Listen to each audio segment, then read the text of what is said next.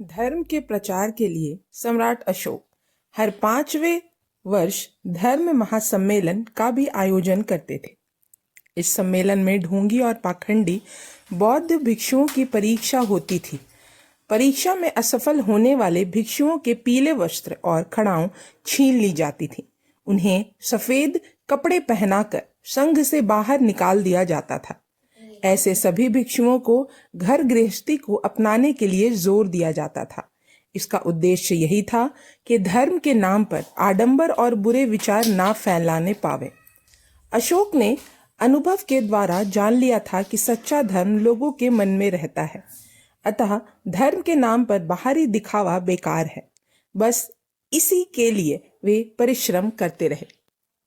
एक बार धर्म महासम्मेलन के लिए धन की आवश्यकता पड़ी। सम्राट अशोक ने अपने पौत्र संप्रति के पास धन के लेने के लिए कुछ भिक्षुओं को भेजा। संप्रति का स्वभाव तेज था, उसका व्यवहार रूखा था।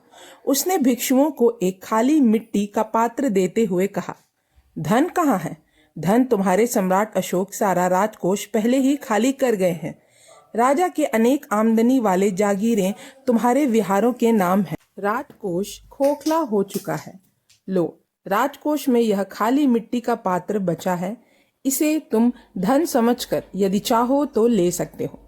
सम्राट अशोक इस घटना को सुनते ही अवाक रह गए। उनके चेहरे पर सदा के लिए गंभीरता आ विराजी। भराए स्वर में वे बोले, मेरे पौत्र ने मिट्टी का खाली पात्र मुझे दिया। ठीक ही है, मेरा शरीर भी तो मिट्टी का है, वह भी तो इस मिट्टी के पात्र की भांति मिटने वाला है। फिर परिवर्तन का नाम ही तो जीवन है। यही तो बौद्ध धर्म का सारांश है।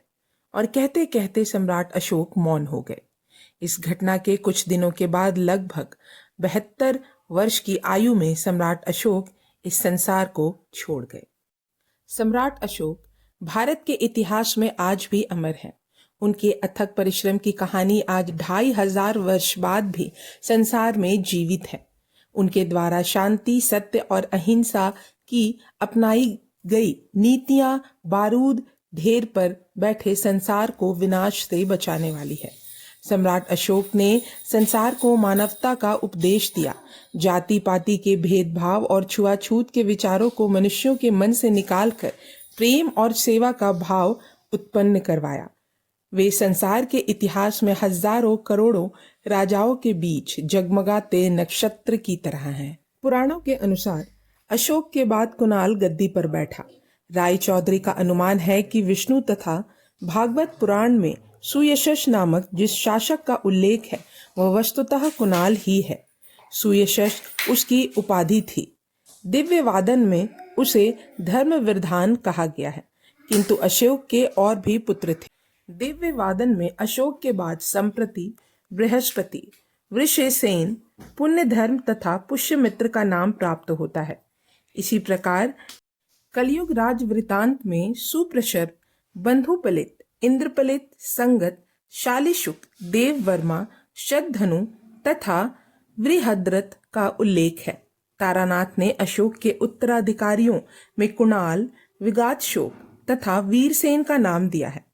पुराणों के अनुसार अशोक के बाद कुणाल गद्दी पर बैठे।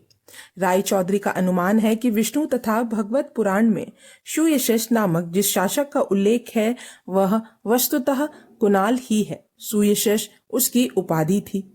दिव्य वादन में इसे धर्मवर्धान कहा गया है, किंतु अशोक के और भी पुत्र थे। लगता है अशोक की मृत्यु के बाद ही मौर्य साम्राज्य का विघटन प्रारंभ हो गया था।